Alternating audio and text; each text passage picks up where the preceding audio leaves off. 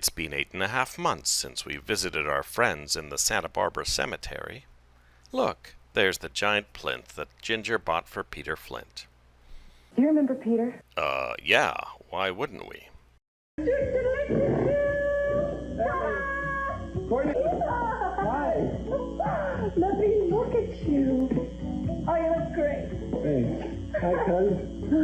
Hi. Madeline Capwell Laurent arrived in Santa Barbara with her sister Courtney to visit her Uncle Cece and her cousins Mason, Eden, Kelly, and Ted. During her 10 short days in Santa Barbara, Madeline managed to insult or harass almost everyone she met, taunting Cece about his decrepit mansion, making life miserable for Pearl, chiding Courtney for having an interest in Pearl, and teasing Gina about her extremely short marriage to Cece. Even so, it was a big surprise when Madeline was found murdered on the floor of a bungalow in which she had secretly been meeting some secret someone. And after 8.5 months with no new customers, it must have been a surprise when Madeline Capwell Laurent showed up at the Santa Barbara cemetery, unexpectedly cremated by her husband David. As of yet, her murder is still unsolved, but there are suspects aplenty. Could she have been killed by Pearl, who finally snapped after she made one condescending remark too many? Well, maybe she got lost. I just hope she has enough English to get directions. Madeline, cut it out. Oh, lighten up, Courtney. Can't you take a joke? Can't any of you? Daddy nearly put a gun to your husband's head before you two walked down the aisle. Courtney.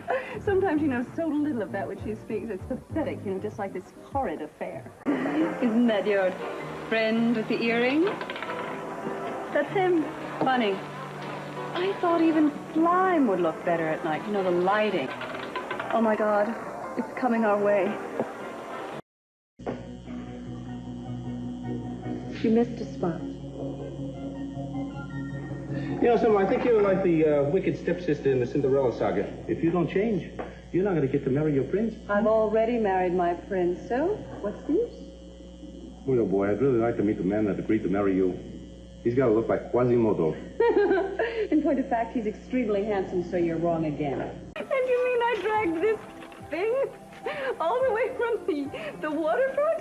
Oh, that's all right. I guess you won't be needing this any longer either. Was it Mason who couldn't stand the thought of being outsnarked by another member of the family? Santana. That name sounds familiar. Oh,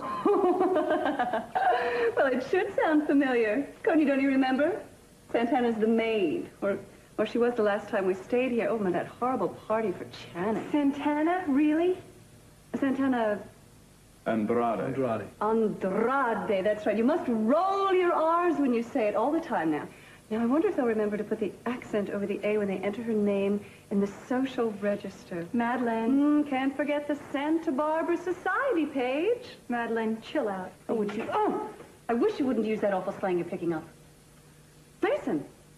Mason, whatever possessed you? Oh, no, don't tell me that there's been an indiscretion which you feel you have to take responsibility for?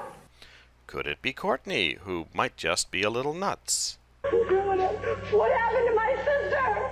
Was it Cece who suspected that Madeline had been sent to spy on him by his brother Grant?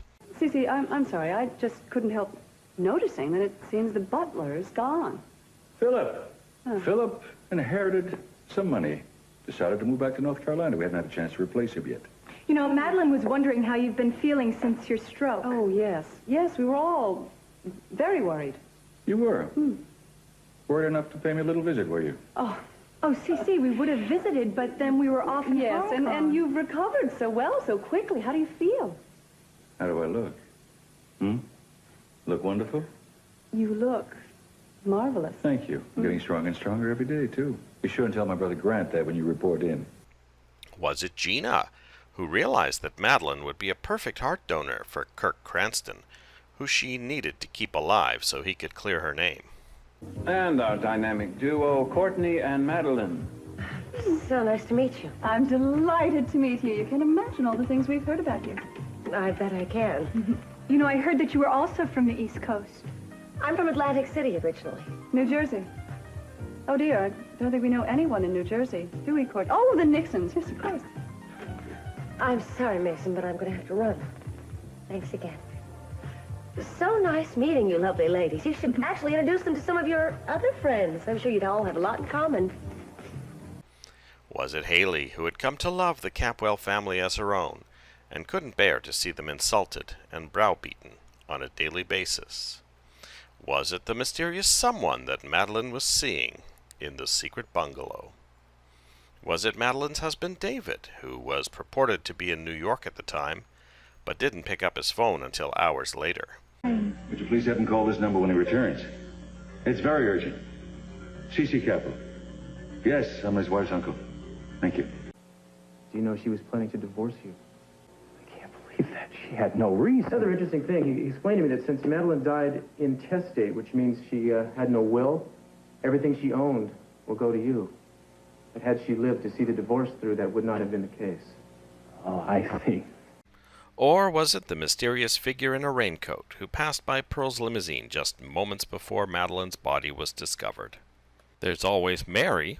You know, the dedication of servants never ceases to bewilder me. Listen, while we're at it, would you be a dear and find out how one goes about getting breakfast in this place? Well, first of all, one makes sure one is in the dining room by 7:30. A.M., you must be joking. I will tell the cook that you're a late riser. Yes, you can give my order, too. 2 freshly baked scones, apple butter warmed, tea, the blend you'll find on the dresser in my room, and fresh melon sliced. And what about Julia?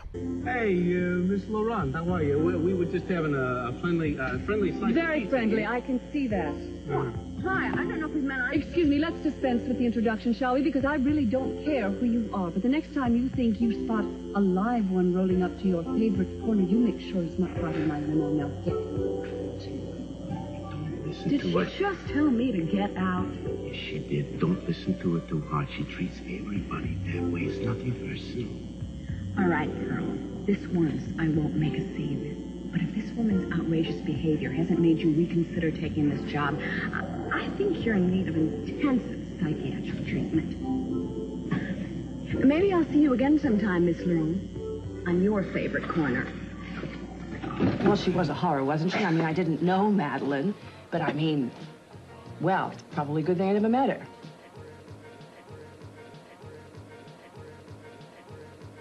Someday we will likely find out who killed Madeline Capwell Laurent. But for now, our job is to inter Madeline's ashes in our Santa Barbara cemetery.